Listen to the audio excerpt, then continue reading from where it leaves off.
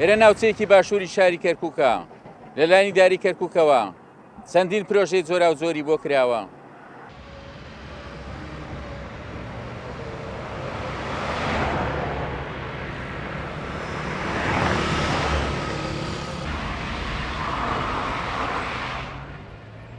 دابشکردنی مەشارێع عەدالەت تێیدا ئەسڵەن نییە. لە دوای 17 ئۆکتۆبەر بەم لەوتر مەشارێع لە یەک جهە دەروە بە بەناوەکەش بڵێن بەس دەروە بۆ حەویجە بەس خەڵکی حەوجە استفادە دەکات.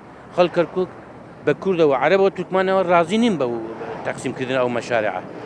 ئەسڵەن یعنی هیچ خەدەمات نەماوە بۆ کەرکووک، نە کارەبا هەیە، نە ئاو هەیە بە تەواوێ، خەدەمات هەر سفرە. ئەو مجەسەرە ئیفتاحیان کردووە، سەر مجەسەرەکە تەماشای کە حونە زبل زاڵە و خاشکە. حداقل من داوام ئاوایە لە مەسئولەکانی کەرکووک، شەریکەی نەفت غاز، شەریکەی ناوت، هەموو دەوارەکان بە حەملە وەتەنیە بکەنەوە ئەو مەدخەلی کەرکووک پاکەنەوە. ئەمەش نمونەیەکی زیندووە لە گەڕەکە کوردنشینەکانی کەرکووک کە لانی داری کەرکووکەوە فرامۆش کراون.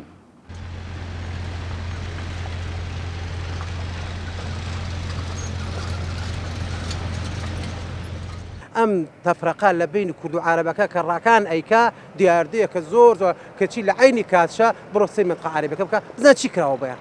بەڵام منتقەی کوردەکە ئێمال کراوە، تەجاوزن، خارج خوتەی تەتویرن. ئەم شتانە ئەی بۆ ئەندە پەلەوان بۆ قسە ناکەن. ئەی باشە خۆڕاکان خۆی تەنیانە، ئەی مەعاونی نییە، ئەی جێگری نییە، ئەی بەلەدێ خۆ مدیری بەلەدێ کوردە و یەکێتیشە، غێر محافظە، هەم مەسئول هەیە ئیدارەیە نایکە، کەسش با کەسشی نییە.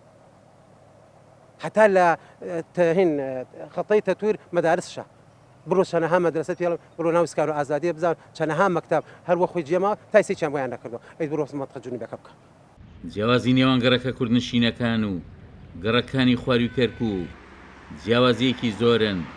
ئیداری کەرکووک لە ڕووی پرۆژەوە گرنگی تەواوی بە ناوچەکانی باشووری کەرکووک داوە. لە بەرامبەرشدا گەڕەکە کوردنشینەکانی فرامۆش کردووە. ئەو پرۆژانشی لە ناوچە کوردنشینەکان ئەنجامی داون بە نیوە ناسڵی ماونەتەوە و تەواو نەکراون. عومەر غەریب، کورسات نیوز، کەرکووک.